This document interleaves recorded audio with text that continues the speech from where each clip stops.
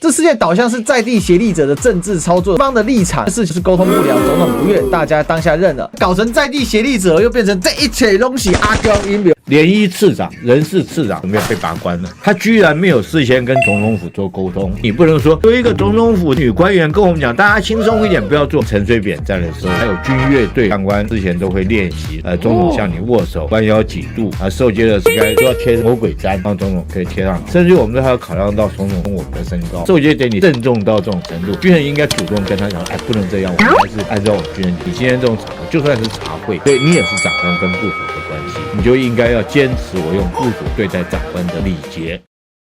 我们的清德宗大大又出事了，古有马嘎尔尼拒绝跪拜遭乾隆皇冷遇，今有军人不立正站好，清德宗气到摔资料。我是三军统帅，看到我为什么不站好，把手动这样往地上一摔，搞得现场非常的尴尬。国防部长为了缓解现场就站起来，麦克风测试，麦克风测试，喂，来缓解现场气氛。他真的是清德宗无误。Ladies and gentlemen, welcome the host.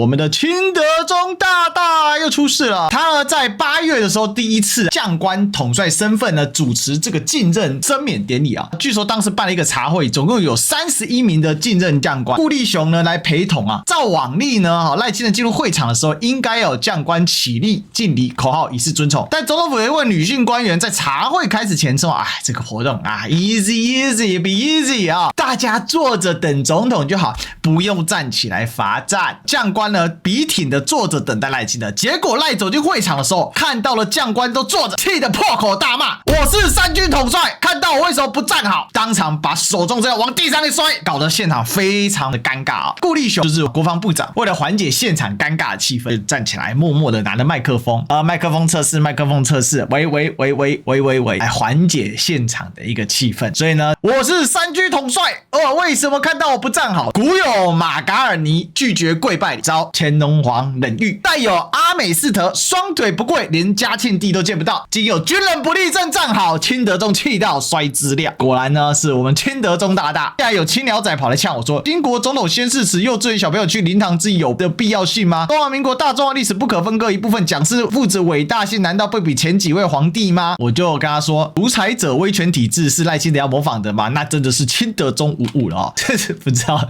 来干什么的啊。那国防部就说，总统怒骂立威，显属夸大谬误，欲请社会呢善尽社会责任，误导视听，伤害国军士气。所以呢，当时这个顾立雄都是沟通误会啊，竟然都要神格化。我是三军统帅，为什么不给我站好？台南呢准备来举办兰花展示活动，就赖清德蓝，怎么不叫赖清独蓝呢？急见清德为何不拜？急见清德为何不蓝？难道这个是画虎蓝吗？很凶的兰花吗？所以这件事今天闹得很僵，不用担心清德凶。最近呢，拆粮车队游行民众扮成青鸟支持拆粮，基隆罢免案，鸡霸，青鸟来霸。我们的清德宗呢有青鸟的支持，所以赖清德很闷嘛，投票都投不赢嘛，立法委员又不来，表定31个，只来了21个，少了30个人，但是他有青鸟啊，所以不要害怕。所以赖清德突然态度放软，度善意沟通。潘孟安衔命率7位大法官被提名呢拜会韩国瑜，清德宗呢想说我们是来拜会一下韩国瑜，但你拜会韩国瑜，你的人选太烂，拜会韩国瑜有什么用？但他打了什么主意？把朝野不和谐的锅给他丢出去，没办法，最近德宗出事不顺，所以只好想办法转移作战焦点。将军不起立，赖神不息。将军，请问一下，这事情你一定有内线消息跟我们分享一下。当然是有，因为昨天里面的一些官员希望我把事情让全民能够了解。这个将官进任典礼，陈水扁在的时候很庄严严肃的，所有将官之前都会练习，总统向你握手，弯腰几度，受接的时候都要贴魔鬼毡，让总统可以贴上去。甚至我们都还要考量到总统跟我们的身高。以前受接典礼现场里面还有军乐队，郑重到这种程度，联谊次长、人事次长有没有被拔关了？他居然没有事先跟总统府做沟通，我觉得很糟糕一件事情。我特别要讲国防部，为什么军人有军人的一个程序，国防部有责任向文人部长做沟通，那没有沟通就是不对。你不能说有一个总统府的女官员跟我们讲，大家轻松一点，不要做，军人应该主动跟他讲，不能这样，我们还是按照我们军人，你今天这种场合就算是茶会，对你也是长官跟部属的关系。关系，你就应该要坚持我用部属对待长官，这个礼节就是军人礼节。那第二个我要讲的哈，这个后续衍生出来，你今天戴先生，你该不该发脾气？你是三军统帅，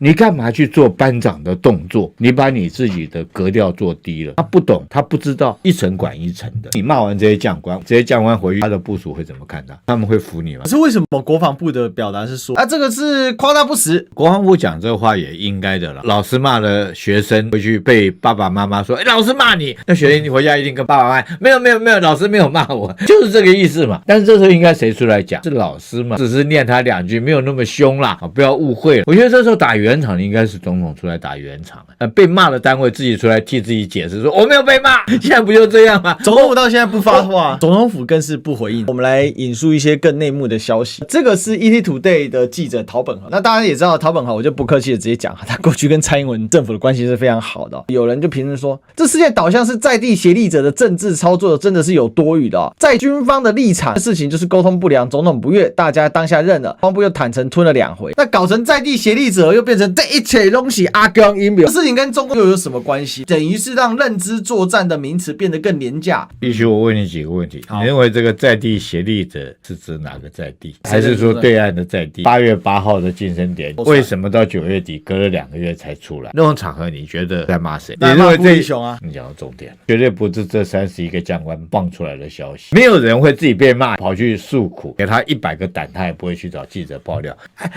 试一麦克风，你会不会觉得那个动作很尴尬？就有人说国防部长的官邸每个月电费上100万，最近军中什么都传出这种负面消息，所以我觉得这后面会不会有其他 money， 我实在是那我一句话问就好了，以你的专业判断，你觉得陶大姐是唬烂还是讲真的？这叫逆袭，逆袭就是恢复阵地。我们讲电视经常演正攻的反击，就针对小三。那我们军人来讲，反击是针对有生战力叫反击，逆袭就是恢复阵地叫逆袭。这次定位叫某人的逆袭，这样子就很好推断啊。谁在这个事件当中最尴尬、最难受？喂，麦克风测试，麦克风测试。但是这个事情爆出来之后，好玩了。将军刚才讲，现场最难过、最丢脸的是国防部长。可这事情爆出来之后，被整个网络梗图这样子酸爆的是赖清德啊，他又变成清德宗了。这就叫逆袭，当场被你羞辱。我先把这个面子讨回来。暴君执政大总统，你总统为了这种小事，当场摔